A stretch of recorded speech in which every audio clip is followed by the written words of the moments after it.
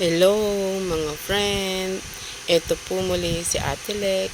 Tara po tayo ay magsaing po. May tanong nga po pala ako mga friend, ano po pala ang ginagawa ninyo lalo sa panahon natin ngayon dito sa Pilipinas ay masyadong mainit? Ano po ang ginagawa ninyo para ang ating kanin ay hindi kaagad mapanis? Ako po, ang isa po sa ginagawa ko ay heto po ay ang maglagay ng suka habang ito po ay hinuhugasan. Nakita nyo po kanina na ako po ay naglagay po ng suka. Depende po sa dami na gusto ninyo. Ang nilalagay ko po ay mga 3 o 4 na kutsara, okay na po yun. Hindi naman po kailangan na marami at ito po ay aking hinuhugasan ng mabuti para iwas po sa panis ang ating kanin kasi sobrang mainit po ngayon. Minsan po kasasaing lang po natin, maya-maya po ay panis na po agad ang sinaing.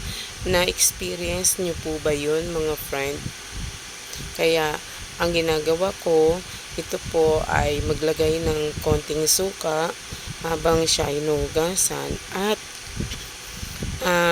hugasan ng mabuti ang ating bigas, lalo na kung may mga lumulutang na yung mga yung parang dumi or bukbok, yan. Kailangan po matanggal po yung bukbok sa ating bigas. Kailangan pong mahugasan ng mabuti ang ating bigas at ito po, ang ginagawa ko ay mga 4 na beses ko pong hinuhugasan ang bigas po. Kasi minsan, ang bigas po ay nagkakaroon po ng bukbok.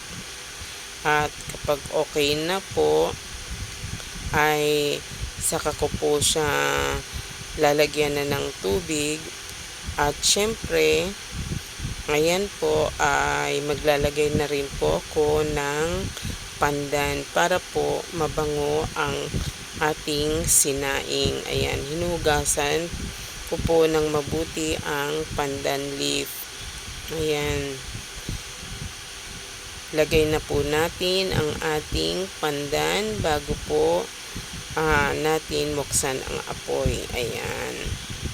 Yan, nakasalang na po ang ating sinaing at takpan na po natin ito upang ito po ay kumulo at mag-start na pong maluto. Ayan, kumukulo na po ang ating sinaing at ang bango po talaga niya mga friend kapag may pandan.